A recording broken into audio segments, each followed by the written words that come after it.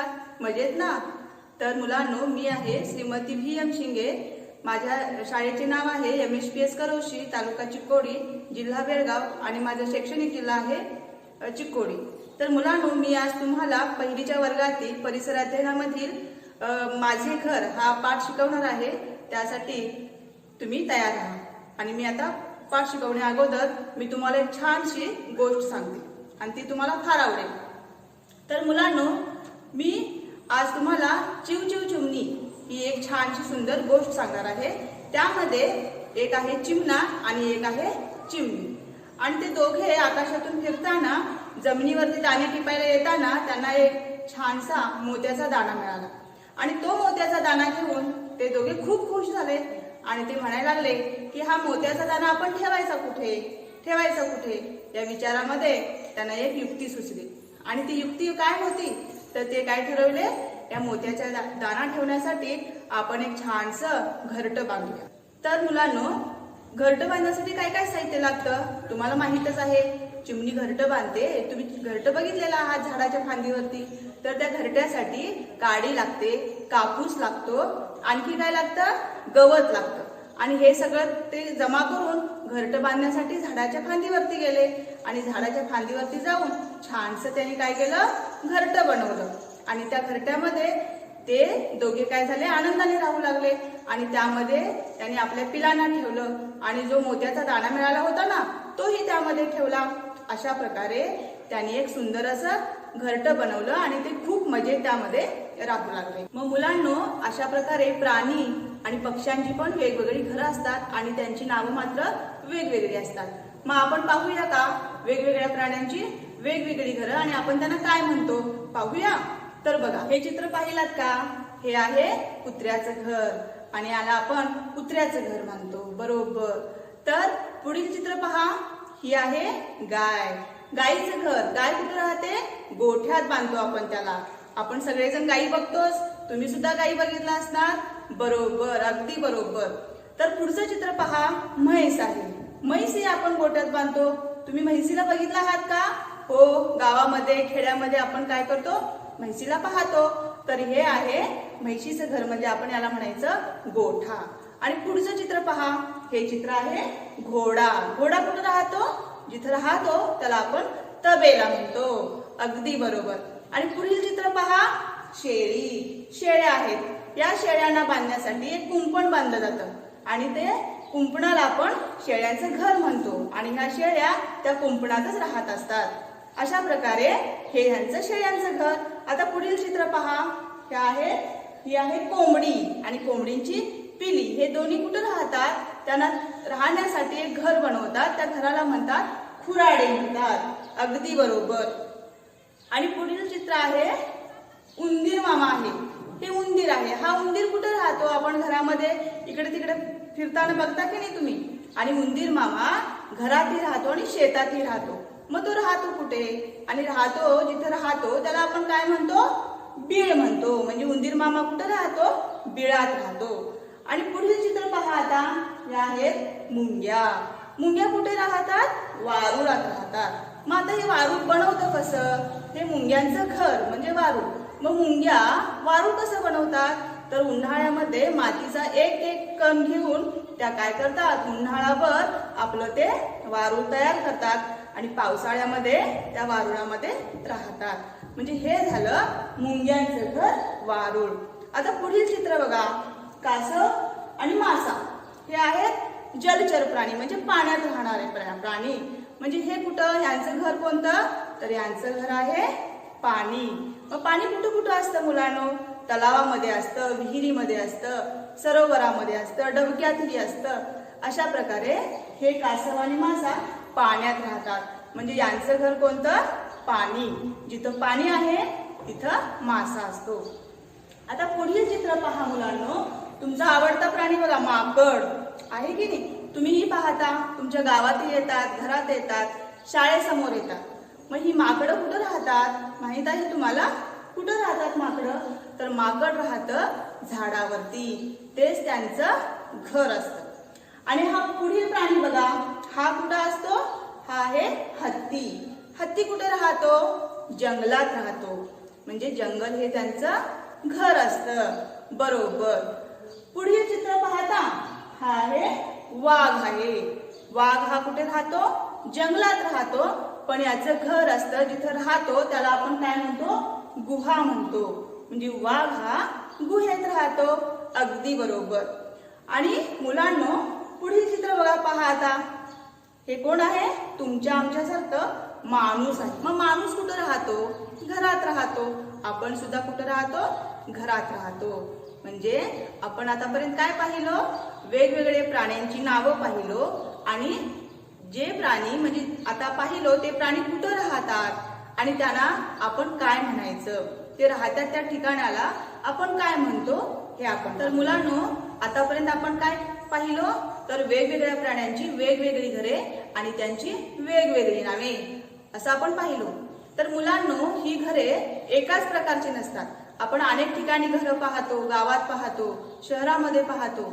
ही घरं वेगवेगळ्या प्रकारची असतात. मग कोणकोणत्या प्रकारचे असतात आपण थोडं बघूया का? तर हे बघा, पहिलं आहे घर. घर म्हणजे ही आहे झोपडी. म्हणजे पूर्वी लोक अशी झोपडी बांधून राहत होते आणि आता सुद्धा आपल्याला खेड्यामध्ये अशा झोपड्या पाहायला मिळतात. मग या झोपड्या कशापासून बनवतात? तर या झोपड्या माती, गवत, झाडपाला वगैरे हे सगळं वापरून हे बनवतात. तर मुलांनो ही पहा, हे दुसरं चित्र आहे. हे सुद्धा आहे झोपडीचंच, पण आपल्याला जरासा फरक दिसत आहे. मगाशी आपण बघितलं ती झोपडी साधी होती, पण या झोपडीला काय केले? जरासं नक्षी काम केले. त्यामुळे मगासच्या चित्रापेक्षा ही झोपडी कशी दिसाले? आणखी जरा सुंदर दिसाले. म्हणजे ही सुद्धा गवतान आणि मातीच्या भिंती बांधून ही झोपडी तयार केली जाते. म्हणजे हे एक आहे घराचा एक वेगळेपणा. आणि पुढील चित्र आहे बघा, हे आहे कौलारू घर. हे कौलारू घर आपण कुठं कुठं पाहतो? आपण कुठं पाहतो सांगा बघू? तर हे कौलारू घर आपण जास्त करून खेड्यात पाहत असतो, कारण तिथं कौलारू घरं जास्त असतात. सिमेंटची पण आहेत, पण पूर्वी कसं कौलारू घरामध्ये लोक राहायचे आणि आता कसं झालेलं आहे? बदल झालेला आहे. आता पुढील चित्र पहा बघू. हे सुद्धा आहे कौलारूच आहे. हे सुद्धा कौलारूच घर आहे. आता याच्या पुढील चित्र पहा. हे आहे सिमेंटचं. सिमेंट, विटा वापरून हे घर काय केलं जातं? तयार केलं जातं. आणि अशी घरे शहरामध्ये आणि खेड्यामध्ये सुद्धा आपल्याला जास्त करून पाहायला मिळतात. आपल्या शाळा सुद्धा सिमेंट, विटा आणि वाळूनच बनवलेल्या असतात. तर मुलांनो आतापर्यंत आपण वेगवेगळ्या घरांची नावे पाहिलो आणि कोणकोणत्या प्रकारची घरं असतात ते पाहिलो. आता आपण एक तुमच्याच पुस्तकातील पाठ आहे, त्या पाठाचं नाव आहे माझे घर. आणि ते माझे घर म्हणजे राधाचे घर आहे. तो पाठ आता आपण पाहूया. तर हे आहे राधाचं घर. मग या राधाच्या घरामध्ये तुम्हाला काय काय दिसत आहे पाहू शकता? पहा बरं, इथं आहे, हे आहे राधाचं घर. आणि राधाच्या घराला एक दरवाजा आहे, बाजूला एक खिडकी आहे आणि उजव्या बाजूला एक खिडकी आहे. राधाच्या घराच्या शेजारी अनेक प्रकारची झाडे आहेत, पाठीमागे झाडे आहेत, बाजूलाही झाडे आहेत. आता राधाच्या घरासमोर तुम्हाला काय काय पाहायला मिळतं पहा बरं. राधाच्या घरासमोर कठडा आहे आणि त्या कठड्यावरती आजी आणि आजोबा बसले, बरोबर. आणि कोण बसले? एक मुलगी बसले, ती आहे राधेची बहीण आहे. आता समोर पहा बरं, काय काय दिसत आहे तुम्हाला? एक समोर बाग आहे आणि त्या फुलांच्या बागेमध्ये अनेक प्रकारची झाडं आहेत आणि त्या झाडांना पाणी कोण घालत आहे? राधाचे बाबा, बरोबर. आता राधाची आई काय करत आहे पाहता? काय करत आहे सांगू शकता? राधाची आई देवपूजेसाठी फुलं तोडत आहे, बरोबर. आता इथं पहा बरं, राधा आणि राधाचा लहान भाऊ काय करावे? त्यांचा जो पाळीव प्राणी आहे की नाही, कुत्रा, त्याच्याबरोबर खेळत आहेत. अगदी बरोबर. तर मुलांनो तुम्हाला पाळीव प्राणी म्हणजे काय माहित आहे का? तर मुलांनो पाळीव प्राणी म्हणजे काय? आपण जो प्राणी घरात पाळतो त्याला आपण पाळीव प्राणी म्हणतो. मग असे कोणकोणते प्राणी तुम्ही पाळता सांगू शकाल? तर बघा इथं हा आहे कुत्रा, हा आपण पाहतो आणि हा आपण घरात पाळतो. ही आहे शेळी, हा सुद्धा पाळीव प्राणी आहे. आपण खेड्यामध्ये गावामध्ये आपण हा प्राणी पाहतो, याला सुद्धा पाळीव प्राणी म्हणतात. पुढील चित्र पाहता, ही आहे गाय. आपण सर्वजण पाहिलो आहोत. पाहिला आहात ना तुम्ही? काय म्हणतो आपण याला? गाय म्हणतो. ही सुद्धा काय आहे? पाळीव प्राणीच आहे. आणि पुढील चित्र पहा बरं. हा आहे घोडा. हा सुद्धा पाळतात. त्याला सुद्धा आपण पाळीव प्राणी म्हणायचं.